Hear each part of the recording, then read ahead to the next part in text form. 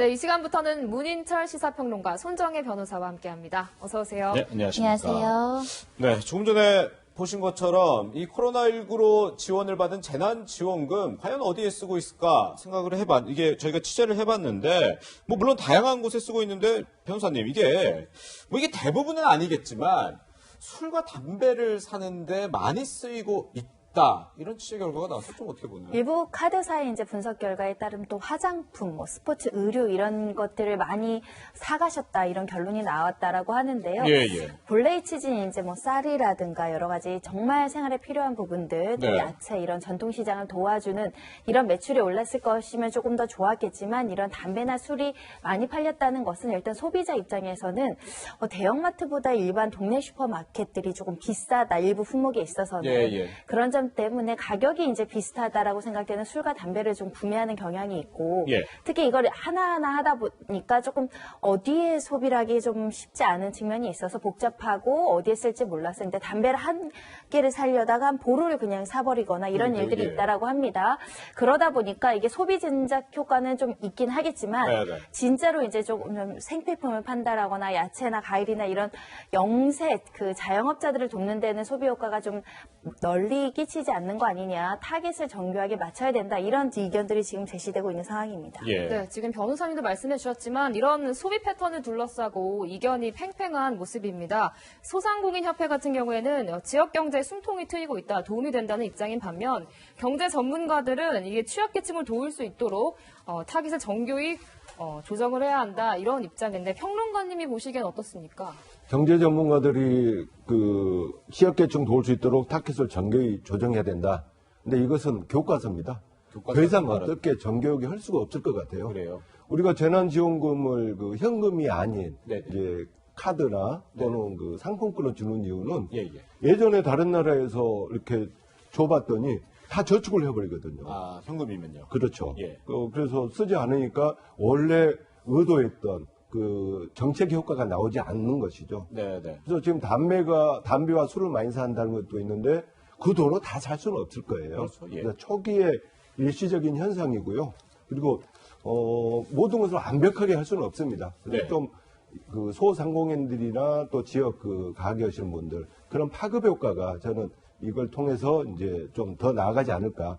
그래서 소상공인 협회에서도 나름 효과가 있다. 네. 그런 것은 의미가 큰 이야기라고 할 수 있겠습니다. 그렇군요. 네. 어쨌든 소비 품목을 지금 제한하기는 사실상 쉽지가 않을 텐데, 지금 아직 국가에서 지급하는 긴급재난지원금은 지급이 안 됐지만 지자체 지원금은 지금 어느 정도 지급이 됐잖아요. 그런데 이 부분은 조금 검토가 국가 지급 전에 돼야 될 것 같은 게, 서울 같은 경우에는 같은 대형마트인데 홈플러스에서는 이 지원금을 쓸 수 있는데 이마트나 롯데마트에서는 쓸 수 없다. 이런 형평성 문제는 조금 고민을 해봐야 되지 않을까 싶은데요. 네, 서울시에서 중위계층 117만 명에게 30만 원 내지 50만 원이 지급했거든요. 예. 그래서 이제 동네에서 쓸 수 있고 한데 대형마트는 못 쓰는 걸로 알고 있었는데 홈플러스가 쓰게 돼 있어요.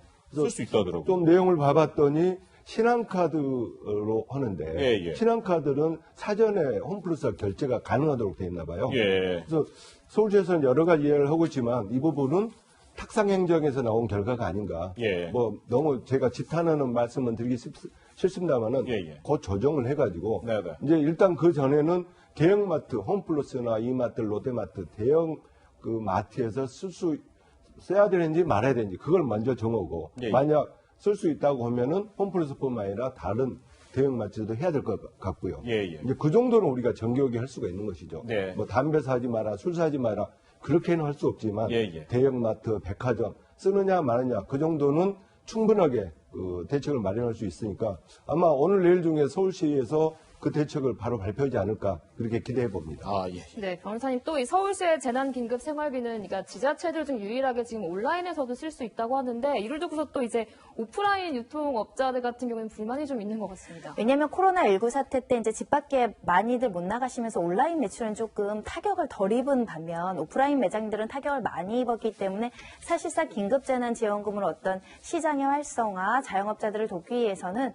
온라인을 같이 넣게 되면 오프라인 매장의 입장의 매출 진작 효과는 좀 떨어지는 거 아니냐. 더군다나 온라인으로 플랫폼으로 여러 가지 이제 그 홈쇼핑이라든가 물건 파는 업체들은 대부분 또 유통 공룡들이 많거든요. 그러다 네. 보니까 오프라인 매장들도 불만이 일부 있는 것으로 보이고 특히 이제 대형마켓이나 백화점에서는 사용할 수 없도록 되어 있는데 일부 또 마트, 홈플러스에서는 또 사용할 수 있다 이러면서 다른 대형마트는 왜 우리는 안 되느냐 이런 불만소리도 하고 있는 것인데 또 서울시 입장에서 바라보다 보면 또 시민들이 또 어디 가서 사는 것이 좀 어렵고 온라인이 좀 익숙한 측면이 있으니까 소비자의 또 편익 증진 차원에서 허용한 것으로 보입니다. 예, 예. 그래서 결국은 서울 시민들이 적절하게 자영업자들 힘든데 좀 찾아가려는 선의도 좀 필요한 것이 아닐까 생각이 들고요.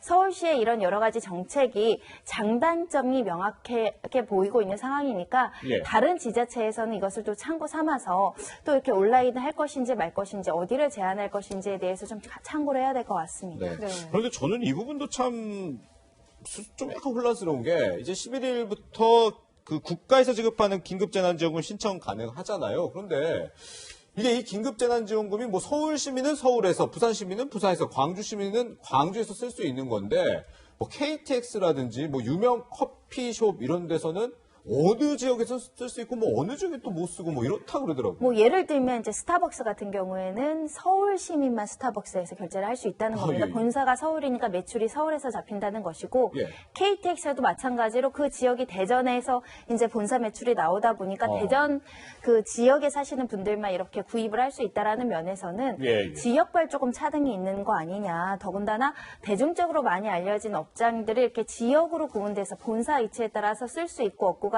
달라지다 보니까 혼선이 있을 수 있는데요. 이건 네. 어쩔 수가 없습니다. 왜냐하면 그래요. 이 지역 내에서 지역 활성화 측면에서 예를 들면 내가 대전 사람이면 대전 그 자영업자들을 돕기 위해서 그 기업을 돕기 위해서 이렇게 한 측면이 있어서 예, 예. 또 이례적으로 어느 뭐 기업은 어떻게 되고 이런 것들을 하기 어렵다 보니까 소수의 혼선과 소수의 좀 피해가 있어 보이는데요. 조만간 아마 지자체별로 그 어디를 사용할 수 있고 어느 업종을 사용할 수 있고 가이드라인이 많이들 나오지 않을까라는 생각이 드는데 네. 그런 것들이 나온다고 한다면 좀 혼선은 줄어들지 않을까 합니다. 네. 그럼 재난지원금이란 이런 취지에 맞게 쓰일 수 있도록 드러난 허점은 좀 보완이 필요해 보입니다.